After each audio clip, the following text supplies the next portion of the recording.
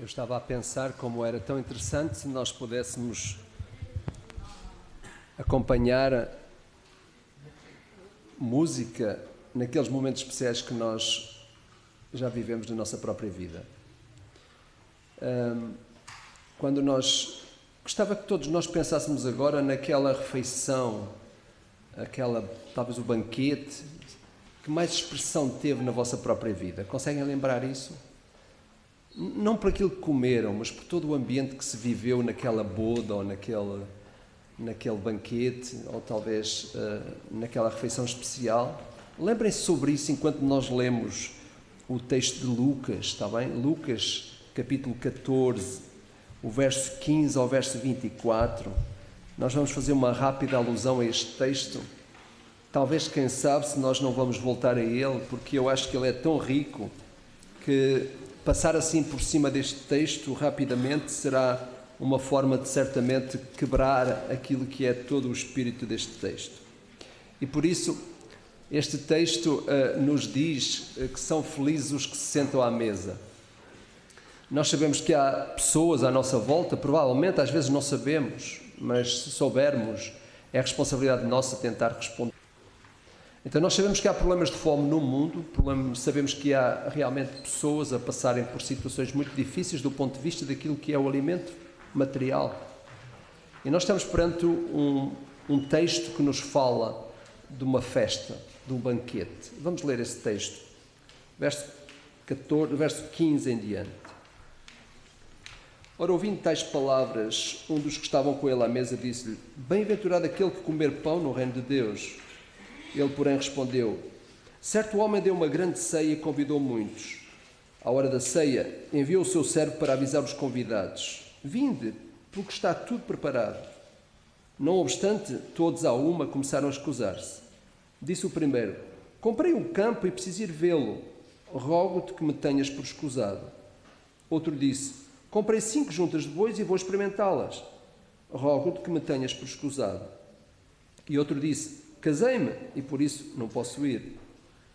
Voltando o servo, tudo contou ao seu senhor. Então, irado, o dono da casa disse ao seu servo: Sai depressa para as ruas e becos da cidade e traz aqui os pobres, os aleijados, os cegos e os coxos. Depois disse ainda o servo: Senhor, feito está como mandaste e ainda há lugar. Respondeu-lhe o senhor: Sai pelos caminhos e atalhos e obriga a todos a entrar para que fique cheia a minha casa. Porque vos declaro que nenhum daqueles homens que foram convidados provará a minha ceia. Este é um texto que nos faz lembrar e ligar com aquilo que falámos o domingo passado. Domingo passado nós dissemos, o tema da mensagem foi a graça que nos move. E nós referimos 3 tipos de graça que existe e que no fundo absorve a vida de todas as pessoas. Nem todos gozam a graça comum, mas todos gozam a graça. Nem todos gozam a graça salvadora, mas nem todos gozam a graça comum. E também a graça habilitadora. De facto, aprendemos que este texto também nos remete para este tipo de graça que Deus continua a dar à vida de todos nós. Nós sabemos que este capítulo de Lucas, Jesus está em casa de um fariseu. Todos nós sabemos o que um fariseu é ou o que é que ele fazia, a sua ocupação. Iam ter uma refeição. Eu acho impressionante como Jesus consegue estar à mesa com toda a gente. Isto é uma qualidade que não é para todos. Jesus tinha curado um homem num sábado e por causa disso Jesus sofreu muitas críticas, mas acima de tudo ele falou daquilo que é uma virtude que nós precisamos também desenvolver na nossa própria vida, é sermos capazes de escolher os últimos lugares em vez dos primeiros. E Jesus, no texto anterior, ele diz isso.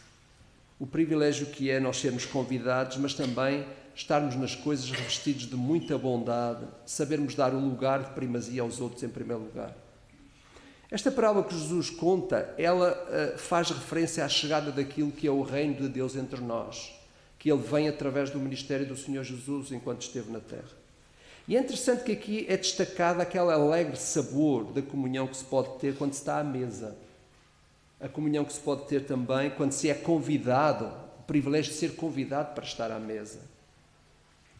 O reino de Deus, nós sabemos que ele é descrito por diversas imagens ao longo das Escrituras. E nós agora não vamos tecer essa consideração, mas há muitas imagens que Jesus usou para falar do reino de Deus, para falar do reino dos céus. aqui é apresentado como uma mesa à roda do qual nós nos sentamos. Uma imagem bonita. E é interessante que no meio de todo este ambiente, quando estavam sentados à mesa, houve um homem que teve uma perspectiva daquele momento, mas numa dimensão futura. E é por isso que aparece esta grande afirmação. Felizes os que se irão sentar-se à mesa no reino de Deus. É interessante, aquele homem que estava lá sentado, de repente transportou-se daquele momento para um momento futuro. Ele começou a ver como se aquele momento que ele estava a viver à volta daquele banquete já era alguma coisa muito especial. Ele começou a referir-se em relação àquilo que era o momento final, quando o Senhor, na verdade, receber as pessoas e as convidar para a sua mesa, a mesa que existirá, obviamente, nos tempos futuros. O Apocalipse refere uma refeição muito especial chamada à mesa as bodas do Cordeiro.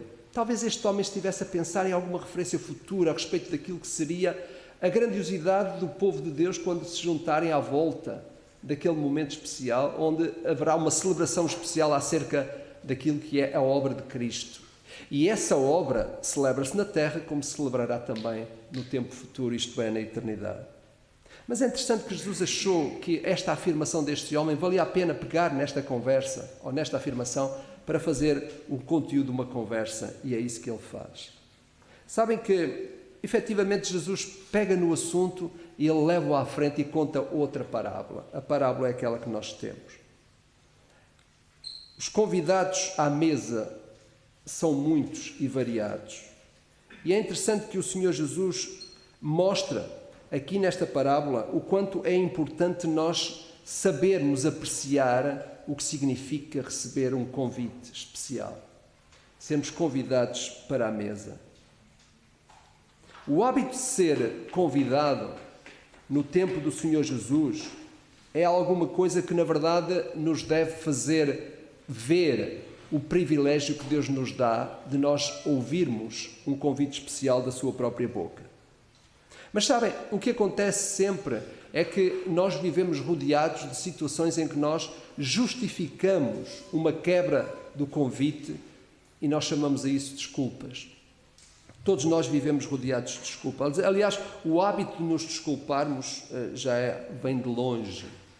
Nós sabemos que nas ruas do Jardim do Éden ficou lá uma artéria conhecida como a artéria das desculpas. Na verdade, a primeira desculpa aconteceu lá, quando Adão disse a Deus que a mulher que me deste como esposa me deu da árvore e eu comi. Sacudir a água do capote, como se usa a expressão, eu não sei se ela é alentejana ou não, mas é muito conhecida, é coisa velha. Mas o que se torna surpreendente, meus irmãos, aqui neste texto é que a apresentação das desculpas parece ser uma forma das pessoas estarem. Às vezes as pessoas usam as desculpas como um modo de vida, até mesmo no que diz respeito ao convite de nos sentarmos à mesa. Jesus refere que este mesmo convite é feito pelo Pai Celestial para uma relação de amizade com Deus, uma relação de intimidade com Deus. Que privilégio fantástico quando nós somos convidados por Deus para fazer parte de alguma coisa especial. A grande pergunta que este texto me levanta é esta: como é que tu costumas reagir aos convites que Deus te faz? Eu nem os ouço, podemos nós dizer. Bom, se não ouvimos os convites que Deus nos faz, é porque estamos desligados daquilo que é a fonte do desafio. Verdadeiramente, olhando para dentro de nós próprios, esta é a grande pergunta que nós temos que responder. Como é que eu reajo aos desafios que Deus coloca na minha própria vida? E o texto levanta isto. Mas antes de nós continuarmos com a reflexão sobre este texto, é bom nós falarmos das reações que normalmente as pessoas têm ao convite. E convém dizer que sabem que na cultura judaica um convite nunca se fazia em cima da ocasião. Era uma falta de educação fazer um convite em cima da hora. Na cultura judaica não é apreciado apanhar alguém desprevenido. Às vezes nós gostamos de apanhar as pessoas desprevenidas. O primeiro convite para um banquete fazia-se com devida antecedência. A coisa era feita, a reserva do lugar era feita com tempo. E o segundo convite era no próprio dia, quando estava tudo pronto para receber os convidados. Portanto, ninguém podia desculpar-se do convite ser realmente muito em cima da hora, ou o convite ser um convite que, na verdade, veio trazer uma grande necessidade de alterar planos, etc, etc. E sabem que na vida cristã eu acho que tudo acontece com a devida antecedência. De facto, não há etapas papadas, como nós dizemos, não é? Vou papar esta etapa. Estive com um amigo esta semana que veio fazer o Les a Les, que é um programa que os motards fazem aqui no país, e eles recebem uma lista enorme de passos que eles têm que dar, e diz ele que às vezes apetece papar uma etapa, usando esta expressão. Sabem que na vida cristã não se papam etapas. Na vida cristã, na verdade, não há atalhos também. Deus não construiu as coisas dessa forma. Deus tem um significado para cada momento da nossa própria vida, nem que seja um minuto que nós tenhamos que viver. Isso está ligado a tudo aquilo que, na verdade, Deus faz nas nossas vidas. Deus trouxe ordem para as nossas vidas quando nos salvou. E por isso faz sentido que as nossas vidas estejam fundamentadas nessa ordem, nessas etapas constantes que Ele tem para nós. Eu também não vejo na Escritura Deus a querer surpreender-nos. Não vejo isto. Esta ideia de que é bom ser surpreendido. Deus não nos surpreende. Deus não é aquela pessoa do tipo, olha, hoje acordei bem disposto, então vou agraciar o Theo. Deus não é este tipo de pessoa que surpreende as pessoas desta forma. Deus não nos faz convites para nós ficarmos aflitos. Deus não nos faz convites para nós ficarmos atrapalhados ou desconcertados. Esta não é a forma de Deus estar connosco. Os convites são frutos da sua graça por nós. É resultado do bem que Deus quer para a nossa própria vida. Convidar-nos à mesa é um privilégio que faz parte da bondade intrínseca de Deus, faz parte do seu ser, da sua vontade de querer abençoar-nos. Jesus referiu 3 tipos de desculpa. Reparem, foi Jesus que disse, ele conhecia o modo de estar no seu tempo, então ele encontrou e sabia que havia pessoas que se desculpavam também, até para um convite desta natureza. E o texto apresenta que há 3 tipos de desculpa. Um deles disse, olha, comprei um terreno. Comprei um terreno. Coisa interessante. Eu não sei realmente como é que a compra de um terreno pode afastar-nos de um momento tão especial que é participar num banquete. Não sei o que é que há na nossa vida que se transforma em terreno ou em propriedade que nos leva a negar o convite que Deus nos faz para a comunhão com Ele. Eu não sei, cada um de nós sabe o que é que significa esse terreno na nossa própria vida. Eu vou esperar que cada um de nós aplique este valor da verdade desta parábola à nossa própria vida. Qual é o terreno ou a propriedade que pode estar a impedir-te de tu gozares da doce comunhão do Pai Celestial, à mesa com Ele? O que é que se transforma em terreno na tua vida, em propriedade, que na verdade faz com que tu fiques longe desta oportunidade de comunhão? É interessante. O segundo é, comprei uns bois. Eu estou certo que o terreno no dia a seguir estava lá na mesma, ele não ia mover-se, não é? Portanto, é uma desculpa esfarrapada, como nós dizemos na linguagem portuguesa, não é?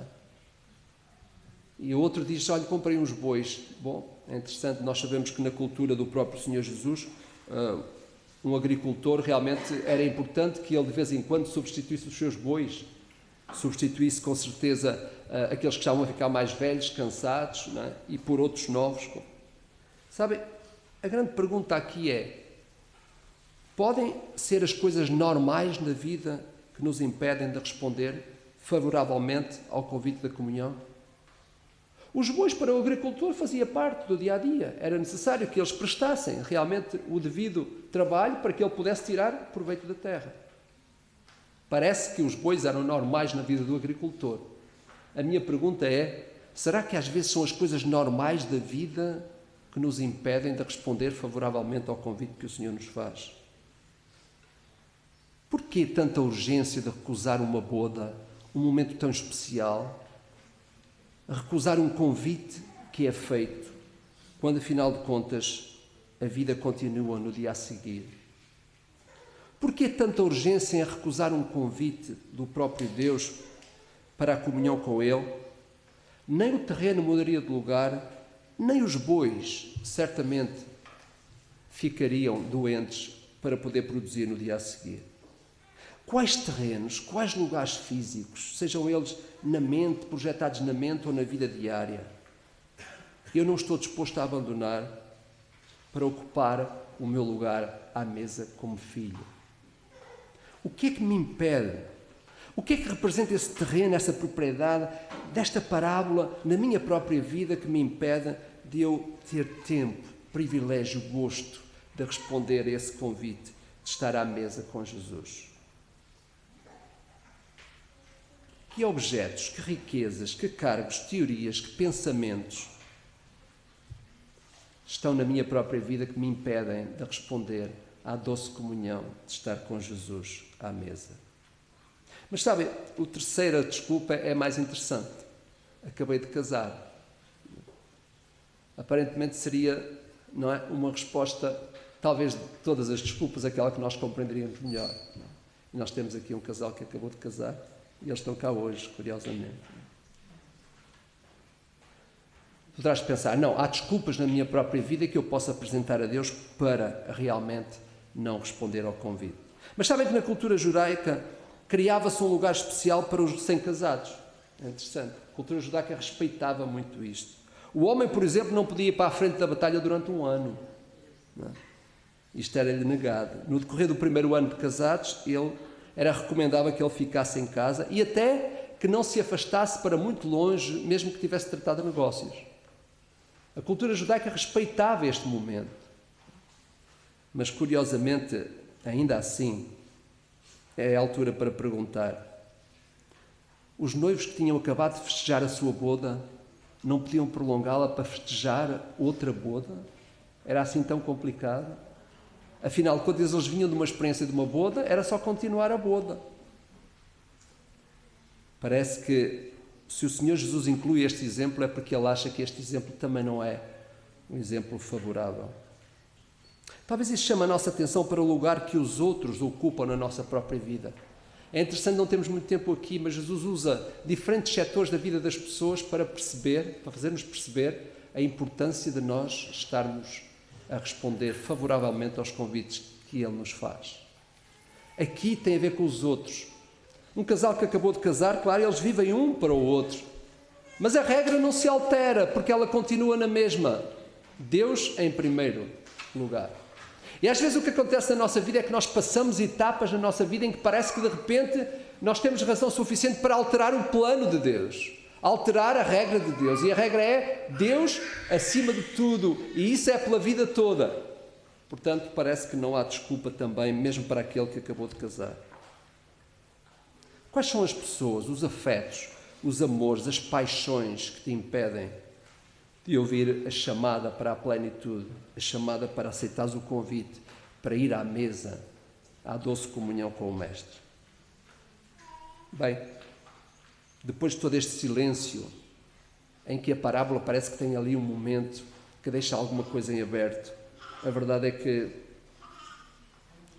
o dono da parábola acha que não é digno que a mesa fique sem ninguém.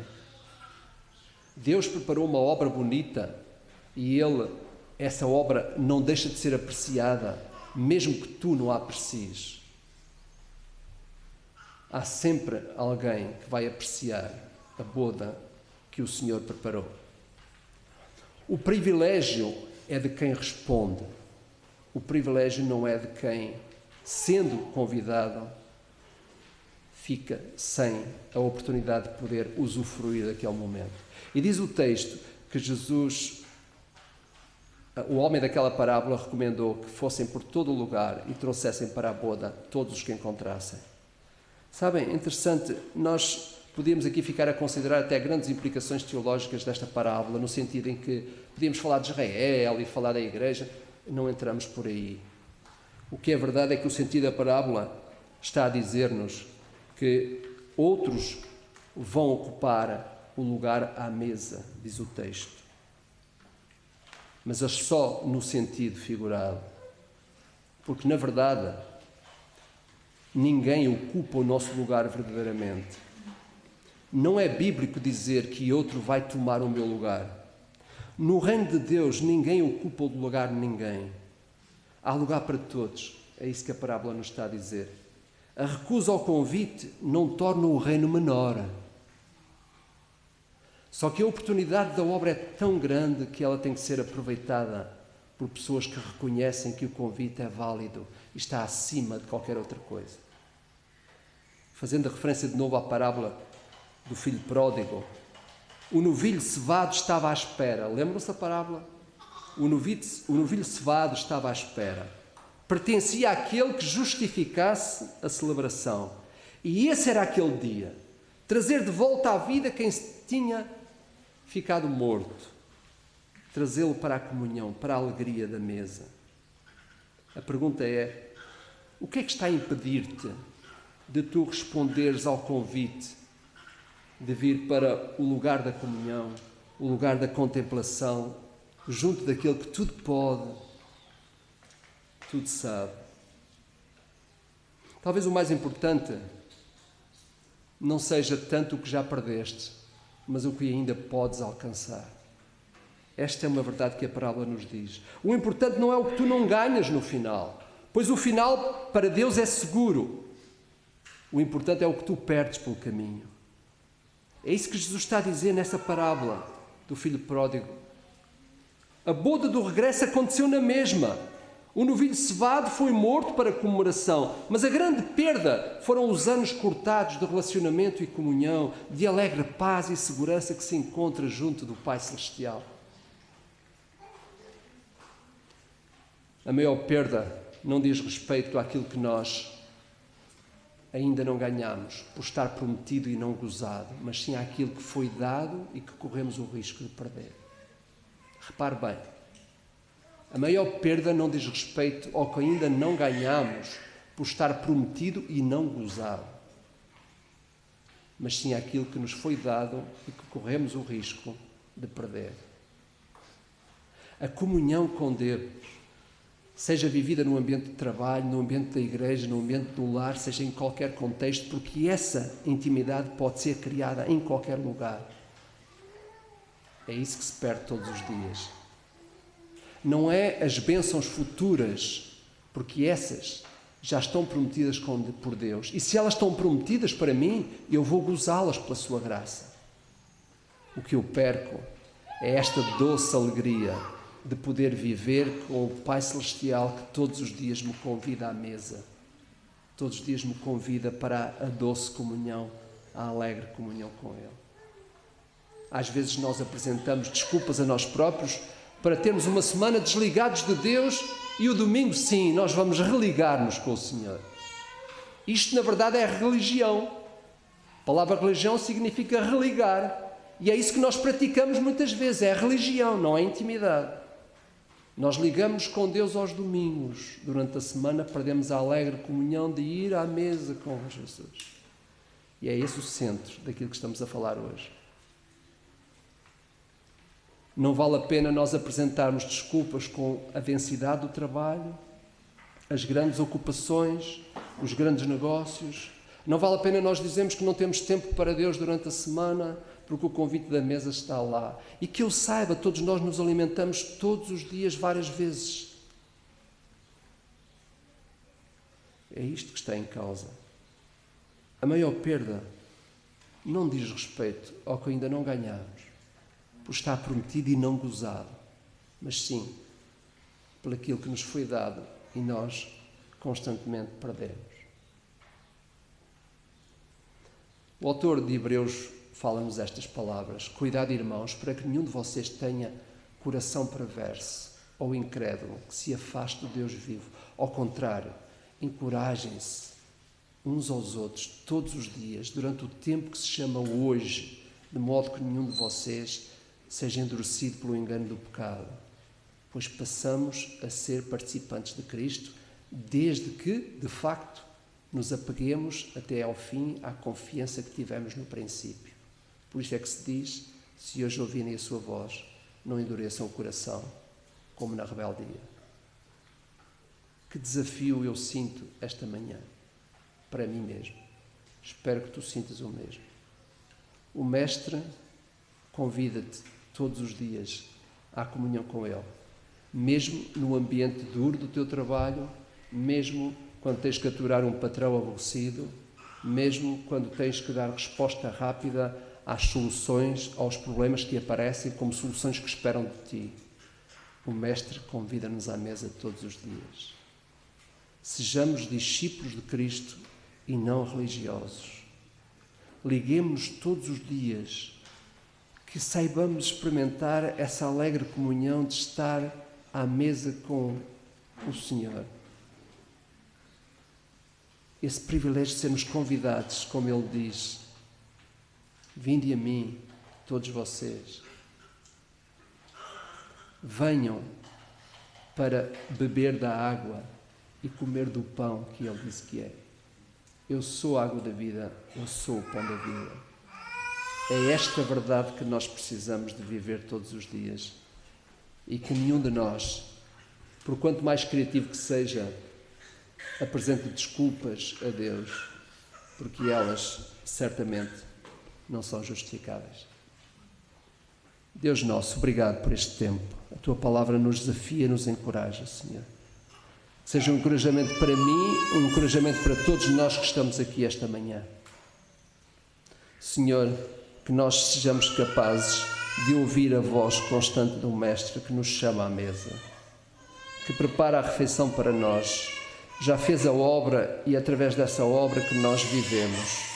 Obrigado, Senhor, porque Jesus continua a ser o pão da vida, a água da vida, mesmo não estando connosco fisicamente, como esteve com as pessoas no seu tempo. Mas Ele continua a saciar-nos, continua a dar aquilo que nós necessitamos. Pai nosso, que não haja recusa do convite que nos é feito, mas que haja constantemente uma resposta a dar a Jesus, mesmo sabendo que a vida procura sufocar-nos. Que nós saibamos, Senhor, o que é que Tu farias aqui e agora, nesta hora, na crise em que eu estou, no momento que eu passo. Qual seria a Tua resposta, Senhor? Porque Tu me convidas para estar sempre contigo e Ele está connosco como Ele prometeu. Senhor, fala com cada um de nós e ajuda-nos a perceber que Tu nos pediste para sermos discípulos e não pessoas religiosas. Esta oração eu faço em nome de Jesus. Amém. Amém.